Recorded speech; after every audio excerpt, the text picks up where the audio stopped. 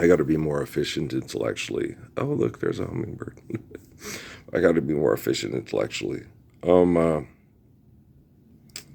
in 2009, I met a man in Sierra Vista that was a hitman for the mob.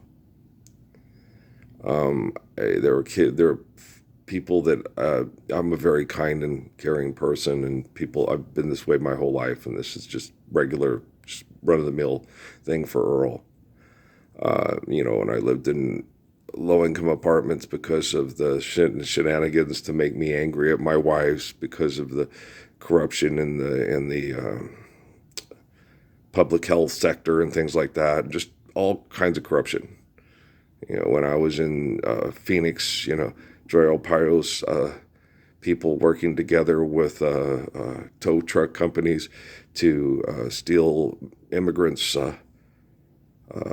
automobiles because they won't report them because they're illegal immigrants. Just all kinds of crooked stuff. And I've been put in these situations to deal with these kind of stuff my whole life. How's he going to deal with this? And I just deal with it morally correctly. And, so Rockefeller and Rothschild knew. Um, as far as the Mormon church goes, no, I think the Mormon church, they were the ones that had the project of the self-righteous hierarchy to spy on my family and have a virtual presence on my family that made it very difficult to get through puberty and other things. But me and my family did a good job. Being a sexual person and wanting to have a sexual relationship that's mutually protecting is hard drived in all our DNA. And it kicks in right at puberty. Okay. So you're 13 years old, you're walking around with an erection, wanting to sexually reproduce with half the town. Okay, everybody knows it. It's been this way. That's why we have bar mitzvahs, bat mitzvahs, rite of passage. You play around, you lose your wife. You play too long, you lose your life. Everybody knows. And with girls, it's, Mary from Cherry Hill Park, or, um, or, she's going to, she plays around, she does this, she does that. And a lot of times with girls, they're not being sluts. They're just looking for the right guy, and they're confused. And guys lie. I love you and I want to be with you forever. They have sex with you. They go and tell everybody, she's easy, what a dumb slut. I have my sister Val quite frequently. And I remember one of the guys, when we lived in Colville, the Seuss Mills, and Mark and the other brother were overweight and really nice guys and sweethearts. The oldest brother was stocky and a real good jock and was legendary for being able to throw people out from home plate to second base from the crouch without having to stand up. And Dave Seussmill, and the great Dave Seussmill. My sister dated him. He was one of the biggest jerks in the world. All I wanted to do was kick his ass every time I looked at him. And Belle's had a propensity for dating guys like that her whole life. You have just guys, you just would look at them and just want to kick their ass. All I want to do is just kick his ass. I just want to kick his ass, So when she got with Dave, we were all excited. Because Bob, all you wanted to do, Jim Oberlin, Bob Zinkus, every time you look at him, you just want to kick his ass. I had to talk my ex-wife Stephanie how to kick him Bob's ass because he would say racially incendiary things in front of her, and she's a black woman, and he would say things about my sister dating black men when she was younger, and my wife was like, he does know I'm black, and I'm like, Steffi, and she's like, what do you do? It's like, I don't know, I think the man's crazy, but Val married him, and I can't do nothing about that. Well, you cannot, you want to kick their ass, but you don't. Why? Well, because this is the 20th century, and we allow people to make their choices and make their mistakes and then recover from their mistakes. If he does anything crazy or threatens her or stuff like that, I will be here to kick his ass. But I'm not going to, she doesn't ask me. She sits there and looks at me and goes, yeah, I married him. This is the father of my daughter. Yeah. And you're proud of that?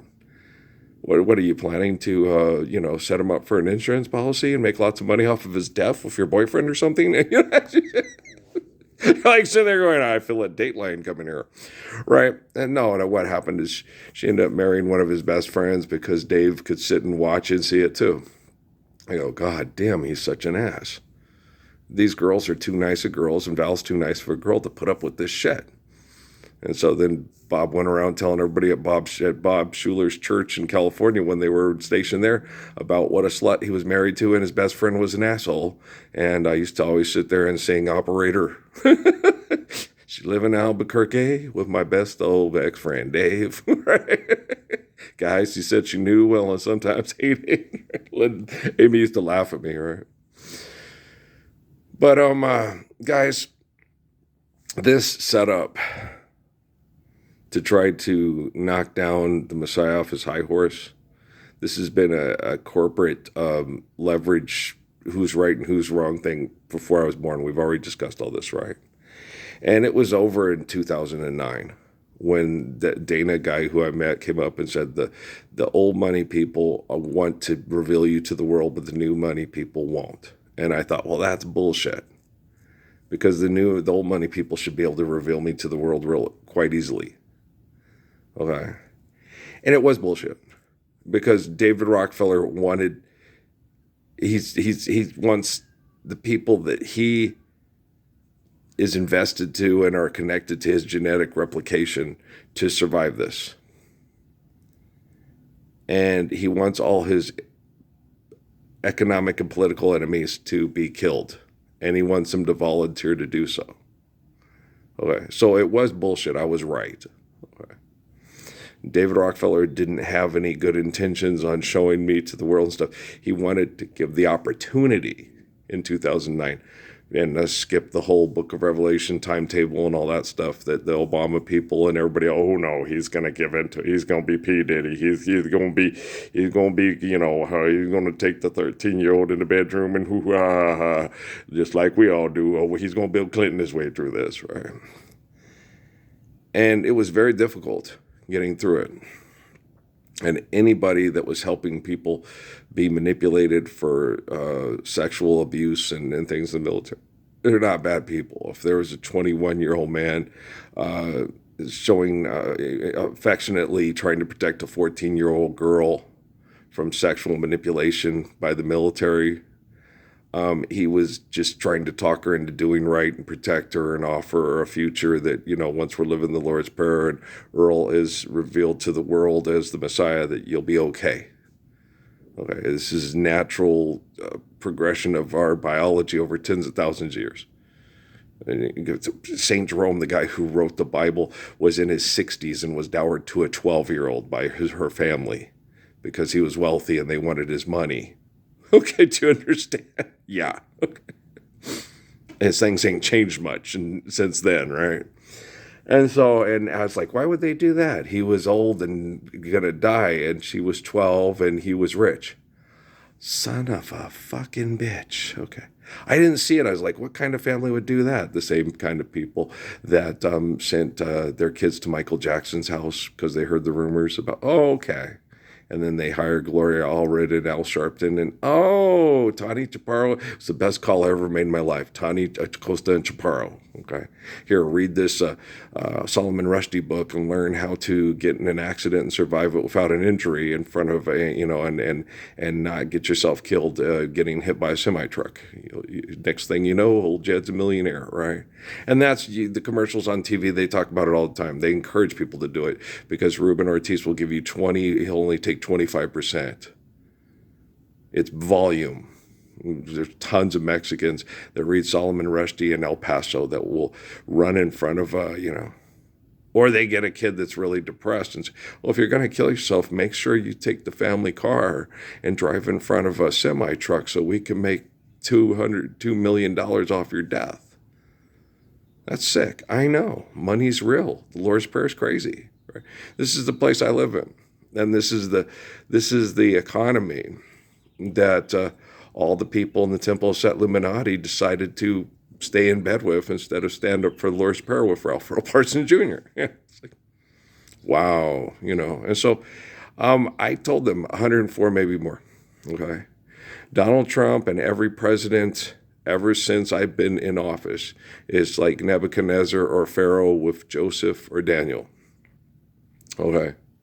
And they've always screwed the pooch and fucked things up and let everybody go back to destroying the ecosystem and mass murdering and put up monuments to their insanity.